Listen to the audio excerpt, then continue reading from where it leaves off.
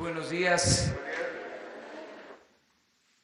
Estamos terminando la reunión de seguridad.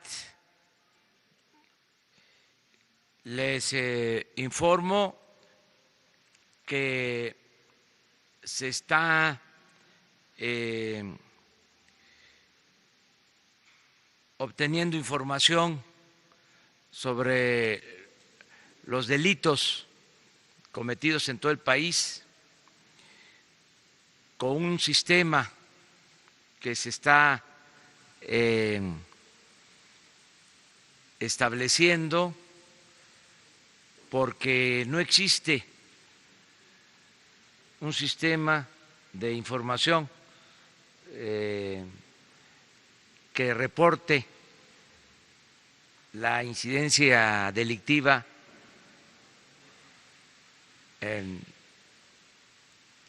diariamente. El sistema que existe es para la estadística, para tener información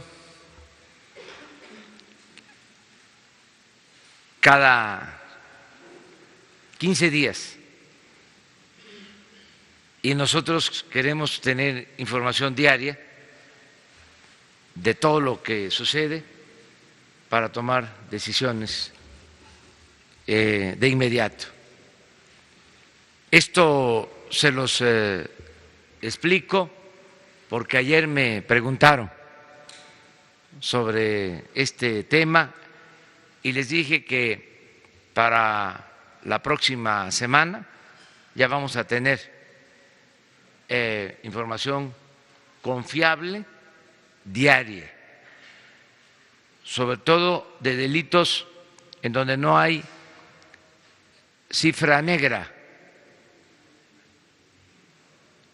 que es el caso de homicidios y robo de vehículos, porque en robo casa habitación, robo al transporte, secuestros, ahí no se denuncian todos los delitos que se cometen, pero en el caso de homicidio sí se tiene la información y se ajusta a la realidad. Esto quería comentar. Me llamó mucho la atención, porque a lo mejor esto no se sabía, de que la autoridad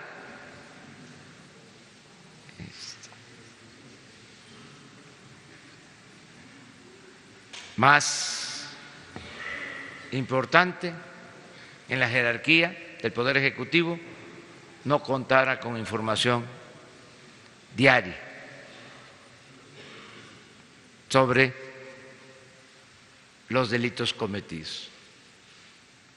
Esto me lleva a reforzar el criterio, la convicción de que lo más importante es que el presidente asuma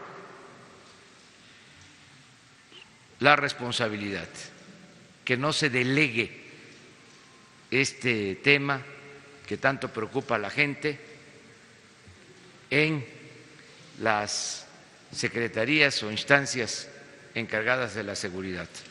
Por eso, la importancia de esta reunión diaria, atendiendo personalmente este asunto, que repito, es de la mayor preocupación de los ciudadanos, la seguridad pública, la paz, la tranquilidad. También les informo que hoy envío la primera iniciativa al Senado para la reforma del artículo 108 de la Constitución y suspender el fuero del presidente de la República, que desde la Constitución de 1822 57 solo podía ser juzgado por delitos de traición a la patria. En esa Constitución también por delitos electorales. En la Constitución de 1917 se quitó el delito de faltas electorales y solo se dejó como posibilidad de juzgar al presidente el delito de traición a la patria. La iniciativa que estoy enviando al Senado es para terminar con ese fuero. Se termina la impunidad establecida en la Constitución y el presidente va a poder ser juzgado como cualquier otro ciudadano por cualquier delito. Desde luego va a poder ser juzgado por el delito de corrupción, aún estando en funciones. Esto fue un compromiso que hice en la campaña y lo estoy cumpliendo. Espero que los legisladores aprueben esta iniciativa, este proyecto de reforma a la Constitución, que se acaben los fueros, que se acaben los privilegios.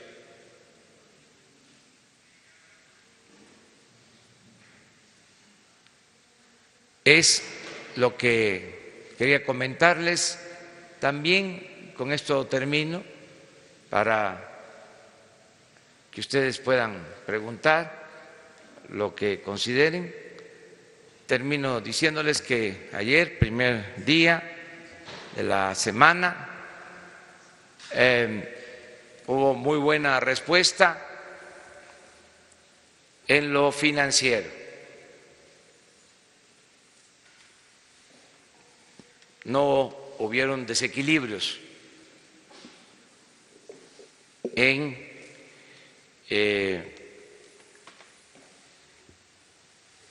el terreno, el mundo de lo financiero. No tuvimos problema de depreciación de nuestra moneda, del peso, y al contrario, creció la bolsa. Hay confianza. Aprovecho también para agradecerle al presidente Donald Trump por su felicitación. Hay un buen ambiente en el país y hay confianza. Y vamos a seguir trabajando para sacar a nuestro querido México del atraso y que haya crecimiento económico y que haya empleos y que haya bienestar, paz y tranquilidad. Ahora sí.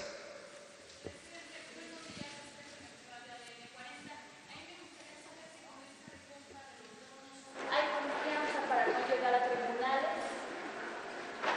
Pues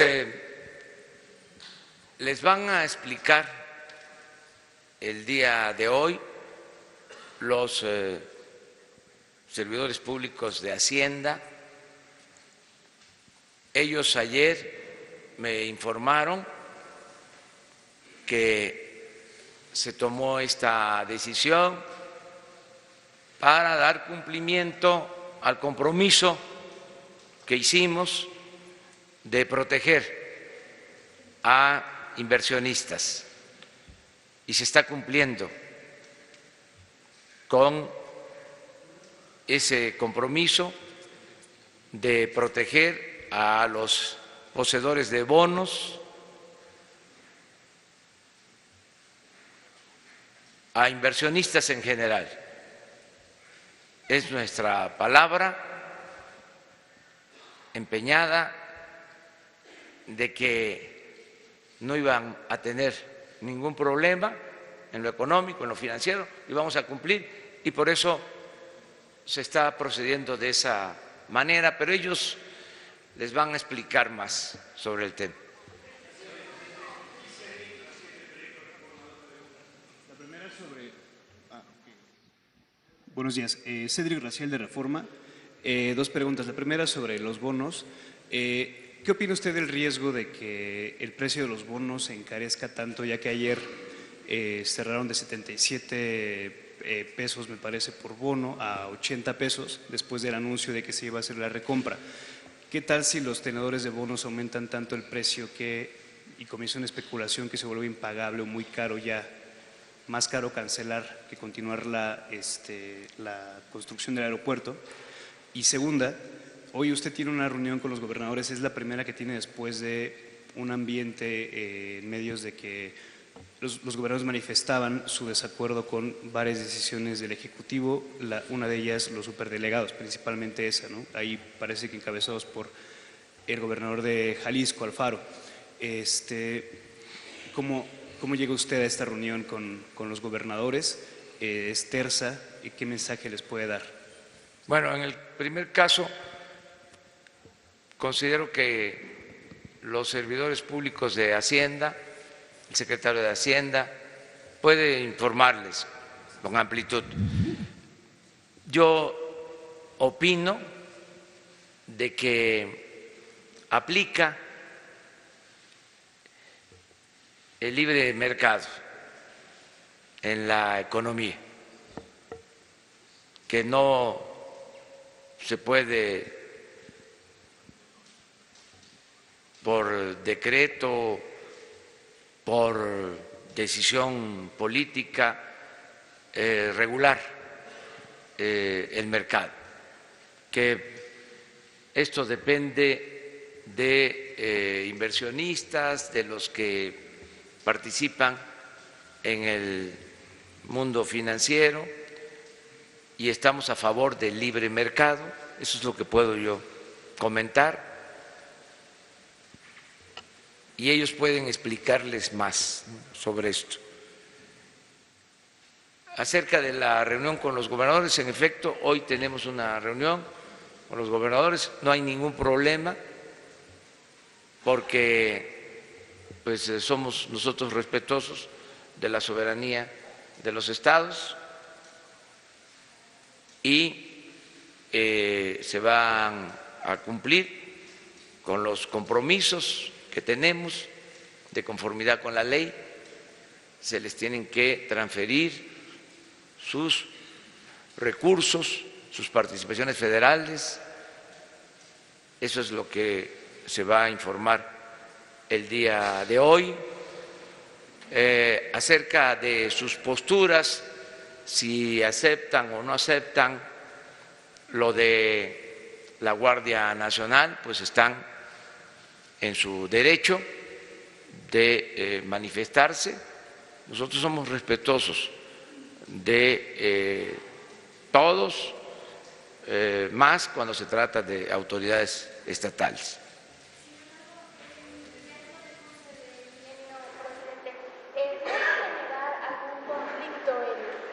Janet López Ponce, de Milenio. ¿No va a generar algún conflicto en su estrategia de seguridad el que, por ejemplo, ayer la gobernadora de Sonora ni siquiera acudió a la instalación de este Consejo Nacional? Aureoles amenaza con que incluso va a ir a la Suprema Corte en contra de estos superdelegados. ¿Hay otra estrategia para estos estados en los que quizá los gobernadores no acepten participar con el gobierno federal? Es que hay que aclarar de que se trata de una estrategia del gobierno federal. Es nuestra responsabilidad.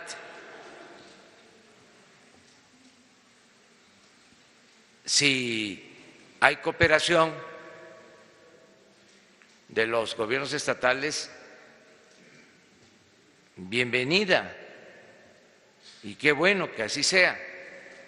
Si no están de acuerdo, pues ellos tienen su derecho a actuar con libertad, de conformidad con la soberanía que hay en los estados y también de acudir a instancias donde se dirimen controversias, en este caso al Poder Judicial. Entonces nosotros somos respetuosos de eso. No vamos a confrontarnos, no vamos a caer en ninguna polémica con los gobernadores. Es mano franca.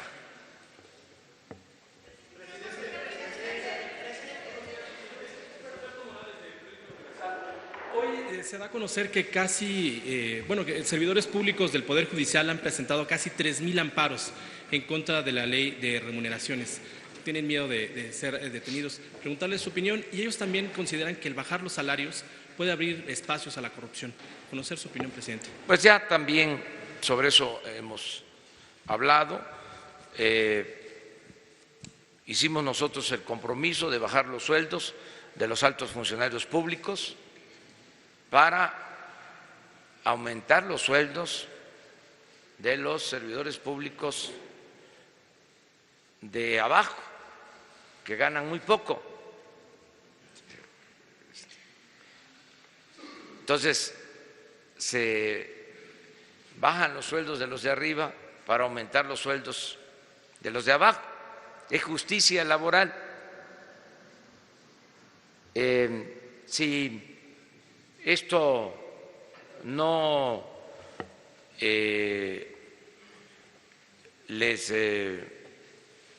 parece justo a los funcionarios públicos, servidores públicos del más alto nivel de los tres poderes, pues tienen su derecho a manifestarse también, como lo están haciendo, y la autoridad competente va a resolver.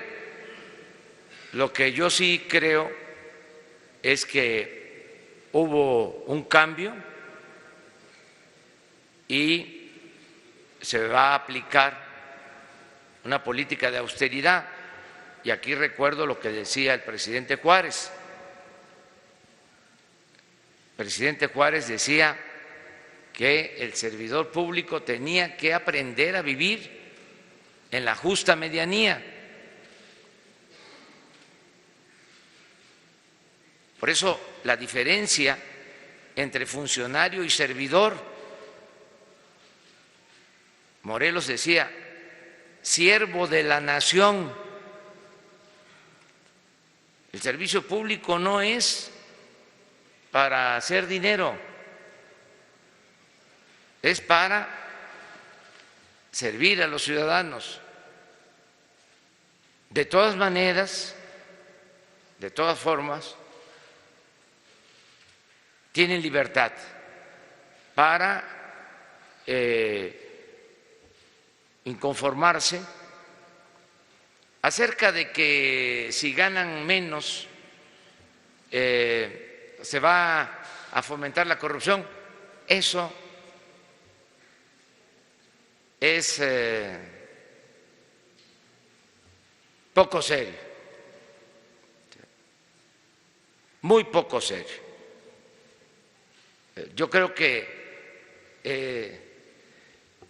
hay deshonestidad cuando un funcionario público acepta recibir hasta 600,000 pesos mensuales. Eso es corrupción. En un país con tanta pobreza, si un servidor público quiere ganar, como sucedía, 600,000 pesos mensuales, pues eso es un acto de deshonestidad. Pero bueno, ese es mi punto de vista. Yo respeto el derecho a disentir. Hay que ver cuánto ganan los servidores públicos en otros países. Yo recuerdo que hace un año que escribí un libro, hice una investigación y los altos funcionarios públicos de México eran de los mejores pagados del mundo. Esto no puede seguir sucediendo, pero insisto, hay un auténtico Estado de Derecho, no de chueco. No, pero vamos a resolver. O sea, y además se va a argumentar y la autoridad competente resuelve y no hay ningún problema.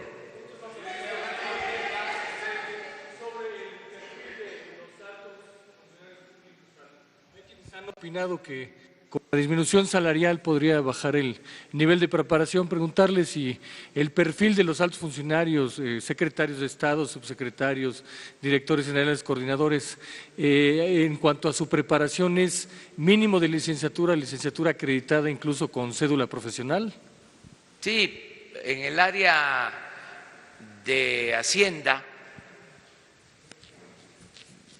los que están ya como servidores públicos, pues son maestros, tienen grados de doctor, de economía, mujeres y hombres.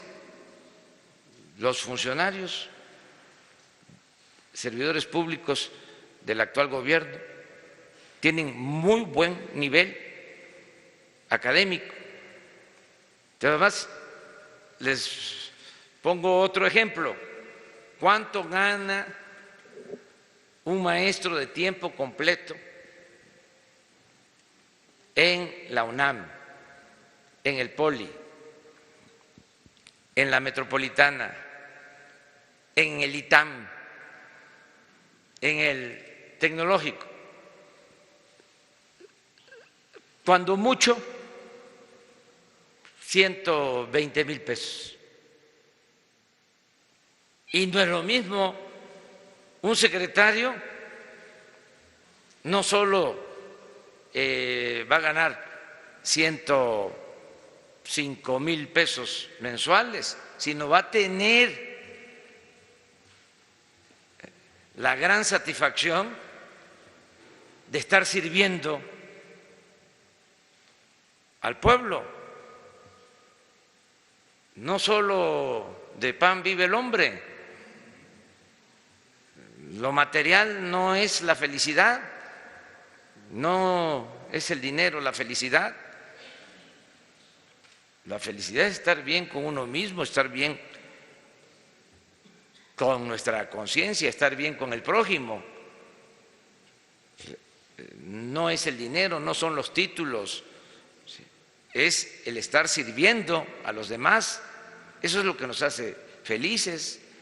Es una concepción distinta. Más, es servicio público. ¿No les parece porque es poco dinero? Pues entonces existe el sector privado que tampoco pagan mucho, porque todo esto es fantasioso, hay muchos mitos. Pregunten cuánto gana un servidor o un gerente en una empresa, en un banco. No crean que ganan mucho. Claro, hay en el sector privado ciertos directivos que sí ganan mucho, pero la mayoría de la gente que trabaja en el sector privado no tiene muchos sueldos. Es el caso de las universidades. Ustedes, qué bueno que tratamos el tema. A ver, que levanten la mano, ¿quién gana 105,000 pesos mensuales? Ah, te rayaste, ¿eh?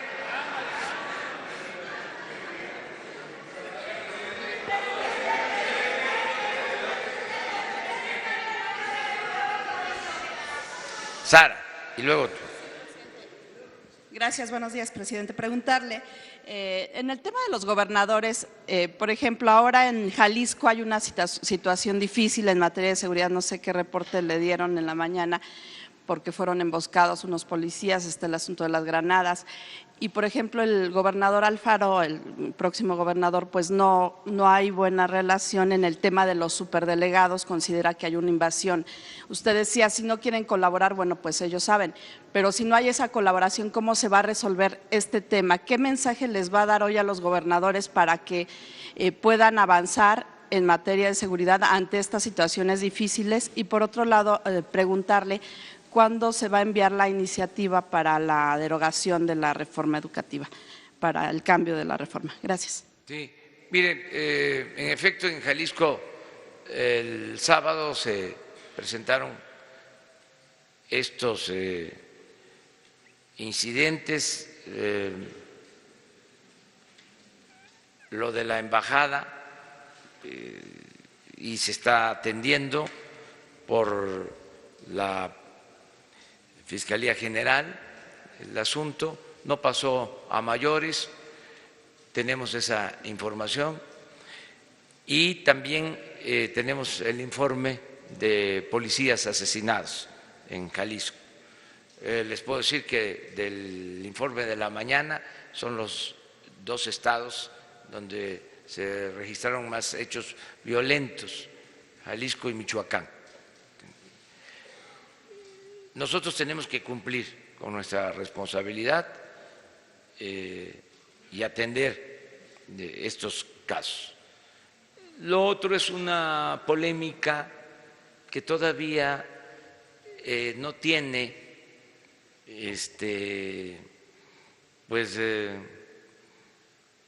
razón de ser, porque se trata de un gobernador electo. El que tiene la responsabilidad es el gobernador actual en este tema. Cuando él tome posición, pues vamos a establecer comunicación, pero pues está muy claro el que hay delitos del fuero común y delitos del fuero federal, y cada gobierno tiene que atenderlos. Si se da la coordinación, muy bien; si no se acepta, pues cada quien se tiene que ocupar de lo que le corresponde. Acerca de la reforma para cancelar la mal llamada reforma educativa, pues va a ser posiblemente la semana próxima. Ya se tiene elaborado el proyecto, hay un consenso de maestros que nos están ayudando en la elaboración para cumplir también con este compromiso. Isabel, y luego.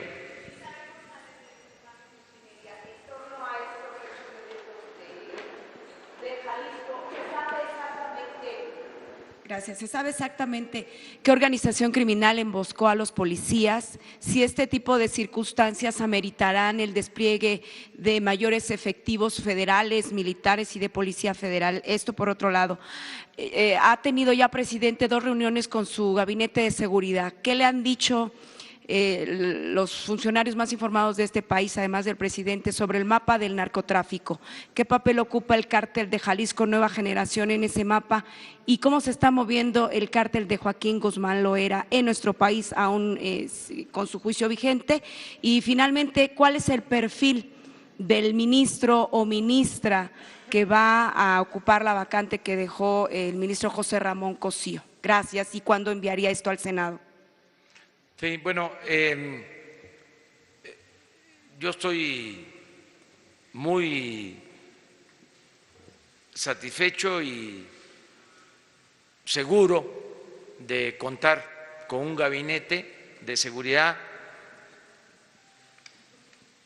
de mujeres y de hombres con experiencia y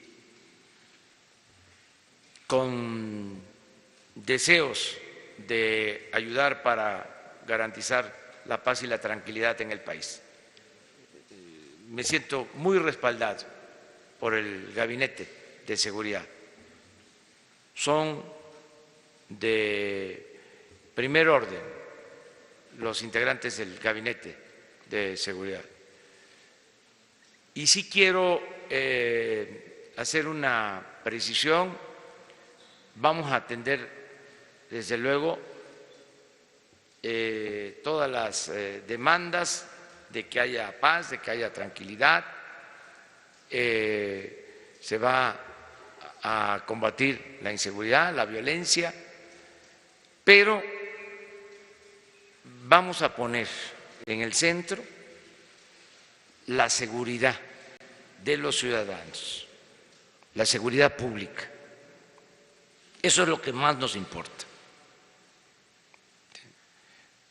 Por eso lo de la definición de las coordinaciones. Van a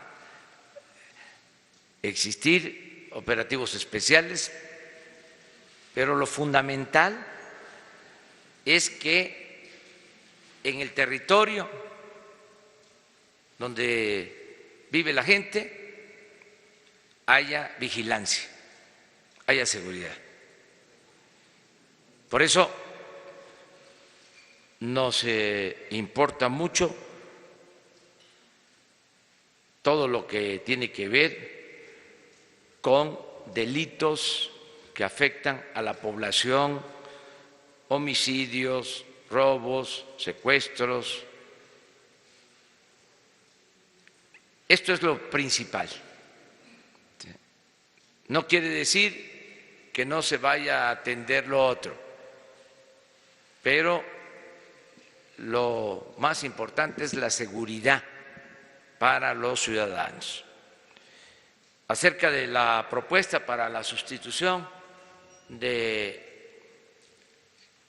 el ministro que termina, se jubila en la Corte, ya en su momento vamos a presentar la terna al Senado, como lo establece el procedimiento. Van a ser abogados, obviamente, mujeres, hombres, con integridad, con principios, honestos. Nos corresponde a nosotros hacer esta propuesta al Poder Legislativo y vamos a cuidar de que sean personas íntegras, honestas, que cumplan con el propósito de impartir justicia, para que así el Poder Judicial tenga buenos jueces y se imparta justicia.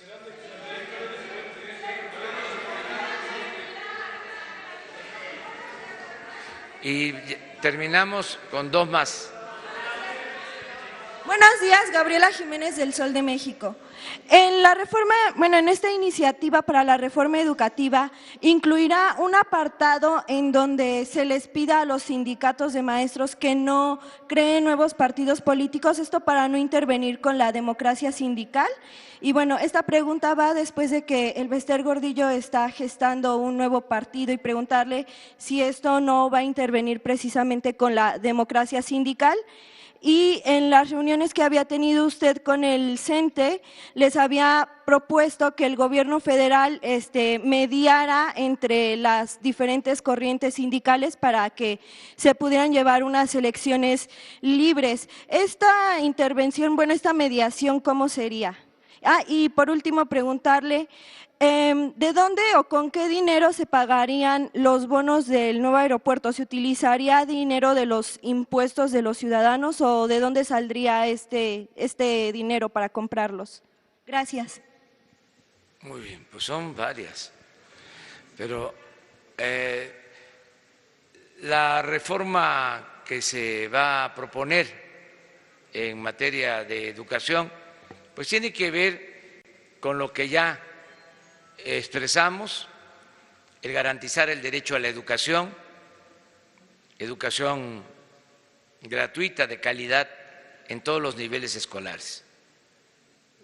Es garantizar el acceso a la educación, que nadie se quede sin la oportunidad de estudiar y que se mejore la calidad de la enseñanza. Y que podamos lograr esto con el apoyo de maestros y de padres de familia, que no haya imposición. No se puede llevar a cabo una reforma educativa sin los maestros. Por eso es algo nuevo y considero bueno para el país el que se lleve a cabo una auténtica reforma educativa con el acompañamiento de maestros y de padres de familia. Acerca de la democracia sindical en general, no solo para el sindicato de maestros, lo que se está proponiendo es que los trabajadores elijan libremente a sus representantes. Ya no va a haber dirigentes sindicales apoyados, promovidos, respaldados por el gobierno.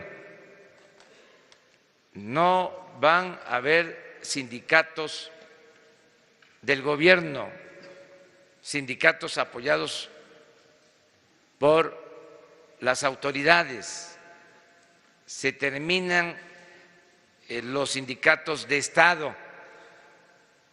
Los sindicatos van a tener independencia para que los trabajadores elijan libremente a sus representantes. Nosotros no vamos a meternos en la vida interna de los sindicatos. Van a ser los trabajadores. Lo que vamos a procurar es que haya democracia sindical, que no haya imposiciones, que el voto sea libre y secreto. Eso es lo que le corresponde supervisar, vigilar a la Secretaría del Trabajo. Esa es la función. Si podemos ayudar en la conciliación para que haya democracia sindical, estamos dispuestos a hacerlo, pero a solicitud de las partes, no de manera oficiosa. Si las partes piden que intervenga la Secretaría del Trabajo, lo haremos buscando la conciliación buscando que de manera democrática se renueven las direcciones sindicales. Dos más. Buenos días.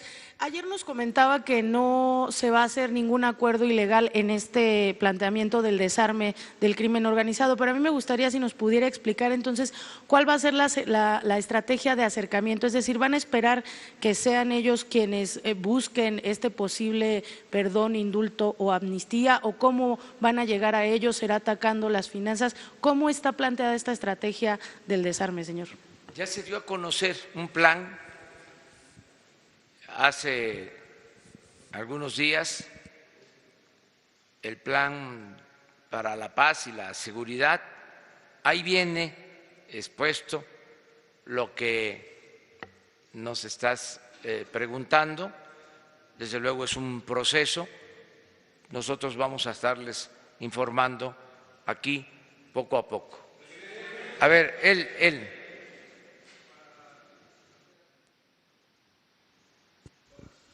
A propósito de la condición de la ley orgánica de la administración pública, parece que en los últimos días se han dado una serie de inconformidades, en particular en el sector académico, justamente como el ejemplo que planteaba con CIDES, CIESAS, el Instituto Mora, por reducción de ingresos de investigadores hasta el 50%, y esto sumado a otros incidentes como lo de la radio pública que subsanó recientemente el Senado. ¿No fue precipitado el proceso de reforma y si estaría en una posición de revisar esta legislación dadas las condiciones que se han venido presentando en diferentes sectores de la administración? No, mire, tan no fue precipitado que la ley que se aprobó estaba congelada en la Cámara de Diputados. Se había aprobado en el Senado hace 10 años aproximadamente. Les doy el dato más tarde. Permíteme. Es que es muy interesante esto. Se aprobó, era Pablo Gómez senador, y luego se aprueba en el Senado y pasa a la Cámara de Diputados, y ahí se congela y tarda pues 10 años. Y lo que nosotros hacemos, como correspondía al planteamiento de que ningún funcionario ganara más que lo que percibe el presidente, que era la esencia de esa ley, pues se activó, se sacó de la congeladora y se aprobó. Entonces, imagínense una ley de 10 años. ¿Qué más debate? ¿Qué más información? Además, nosotros hemos venido hablando de esto desde hace mucho tiempo. Yo no sé si haya investigadores que ganen 200,000 pesos. No hay ningún investigador que gane 200,000 pesos. Entonces sí les afectaría, porque se quedarían con 100,000, pero no es el caso de los investigadores. Y trabajadores de base, sindicalizados, los que ganan menos de 20,000 pesos al mes, van a recibir aumentos.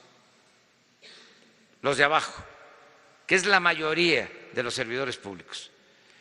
Y también los que ganan de 20 a 40, 50,000 pesos no van a tener problema.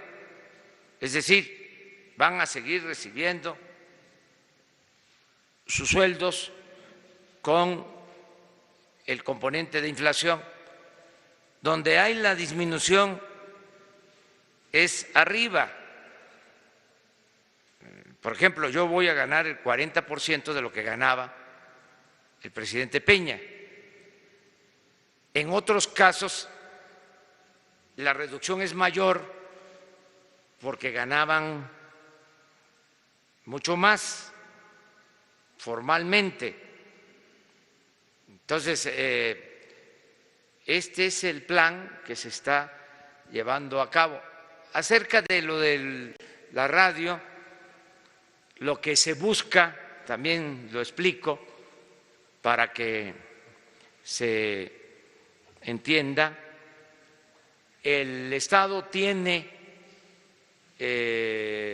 estaciones de radio, tiene canales de televisión, tiene agencias de noticias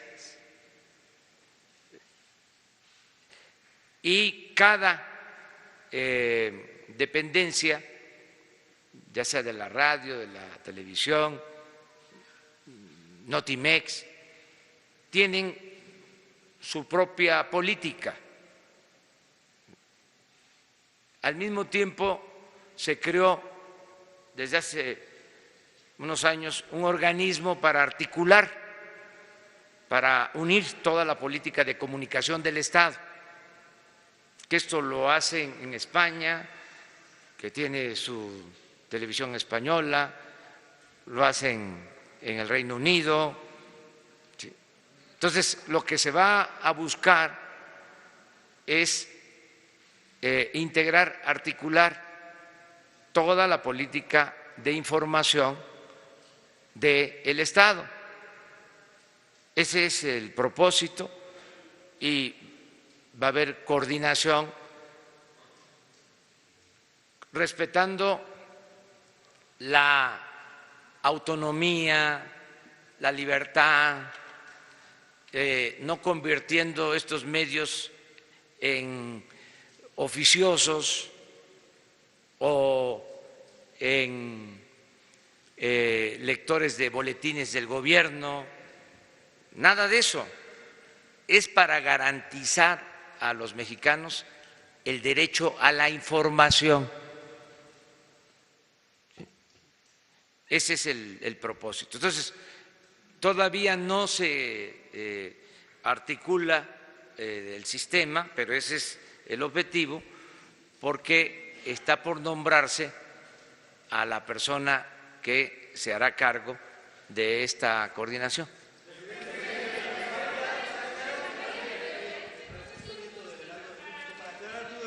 ¿Qué es lo que pueden y no pueden hacer los delegados? Se lo pregunto porque los gobernadores los ven como una amenaza, como candidatos directos a gobernadores.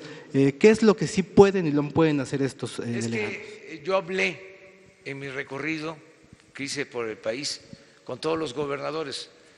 A ustedes les consta, porque muchos de los que están aquí me acompañaron. Entonces, antes de ir al acto en la plaza pública, yo tenía un encuentro con el gobernador y ahí hablábamos, y un tema era acerca del papel de los delegados.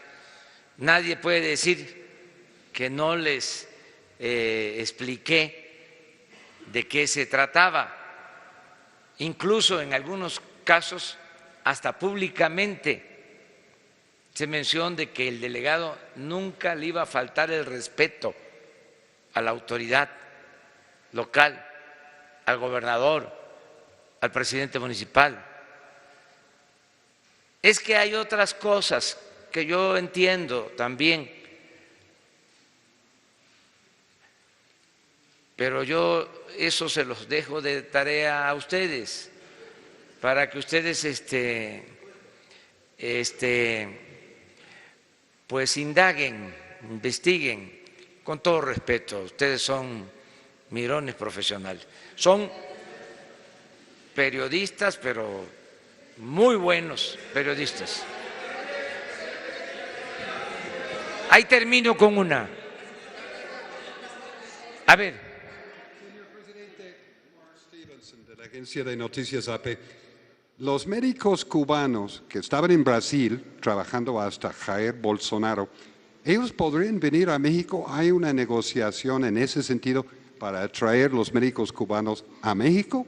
No, eso es una volada de nuestros adversarios, que los queremos mucho, pero que son muy mentirosos. Pero Señor sí. presidente, Shaila Rosagelde, sin embargo, retomando nada más para finalizar este Ya tema, terminamos aquí este contigo. tema de Jalisco y de la violencia, ¿cuánto tiempo estiman para que empiece a disminuir la violencia, pues este tipo de ataques armados? Ya estamos trabajando con eso. Yo les recuerdo que el plan nuestro tiene dos vertientes. Una que es para nosotros la más importante, la atención a las causas, es decir, que haya crecimiento económico, que haya empleo, bienestar, atención a los jóvenes, eso es lo más importante. Y la otra vertiente es lo que tiene que ver con lo coercitivo. En los dos casos van a haber resultados. O sea, estoy seguro de que van a mejorar las cosas en el país. Estoy confiado en eso, porque les decía, imagínense si no se tenía un sistema de información para saber lo que sucedía diariamente en materia de crímenes en el país. Y nosotros estamos creando ese sistema, pero además estamos aquí todos los días asumiendo la responsabilidad. Pues creo que esto va a ayudar mucho. Estas y otras medidas. Estaba desatendido el problema. Les pongo otro ejemplo, que es claro. De acuerdo a la Constitución, el presidente solo puede disponer de la Policía Federal. Y los efectivos de la Policía Federal, efectivos, 20,000. La Policía de la Ciudad de México, las 3, 4 corporaciones, tienen 80,000 elementos. Y el presidente, de acuerdo a la Constitución, puede disponer de 20,000 para todo el país. O sea, ¿cómo está la gente? Pues en estado de indefensión, porque el uso del ejército, además, y el uso de la Marina se enfocó a operativos para el combate al crimen organizado y la seguridad pública y la seguridad de los ciudadanos se abandonó por completo. Entonces, eso es lo que está sucediendo y eso es lo que estamos ahora enfrentando y vamos a resolver. Por eso las coordinaciones para que en el territorio haya elementos y haya protección a la gente, a los ciudadanos. Son 266 coordinaciones territoriales, No podemos ahora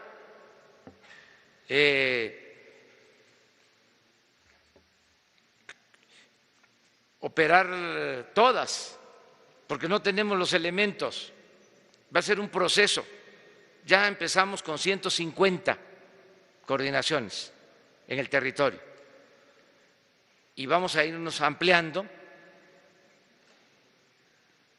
Ayer el parte es que ya hay alrededor de 35,000 elementos en las coordinaciones. Y ahí vamos a ir avanzando y vamos a tener que reclutar, convocar a más elementos, porque también si se hace el análisis de cuántos policías por ciudadanos hay en México, estamos entre los países con menos policías por ciudadanos en el mundo. Entonces, se desatendió por completo este asunto y otros. Ya vamos a ir viendo, o sea, cómo está la salud, cómo está el sector energético, cómo está el campo. Fue un fracaso todo el periodo neoliberal. Es el equivalente a los 34 años del porfiriato, nada más que ahora son 36, 2 más, pero es lo mismo. No vamos a seguir con esa política que no ha dado resultados, lo dije el sábado, ni siquiera en términos cuantitativos. Nada más un dato: desde los años 30 del siglo pasado hasta los 80, el crecimiento de la economía de México, 6% anual. En el periodo neoliberal, 2% anual. Estamos hablando en términos cuantitativos, y que conste que crecimiento no es desarrollo. No estamos hablando de desarrollo, estamos hablando de crecimiento. Bueno, ni así dio resultados el modelo, ni en términos cuantitativos. Entonces, esto no se quiere ver y hay quienes quieren que mantengamos el mismo sistema de corrupción, de injusticias, de privilegios. Pues ya no, van a cambiar las cosas. Además, ya me lo dijeron en la calle, me lo dicen a cada rato, no vaya a fallar. O sea, no voy a fallar, o sea, va al cambio. Y yo entiendo pues que va a generar algunas molestias, pero como se ponen los letreros, cuando se están componiendo las calles, ¿sí? Disculpen las molestias que estas obras ocasionan, el cambio va. Muchas gracias, nos vemos mañana.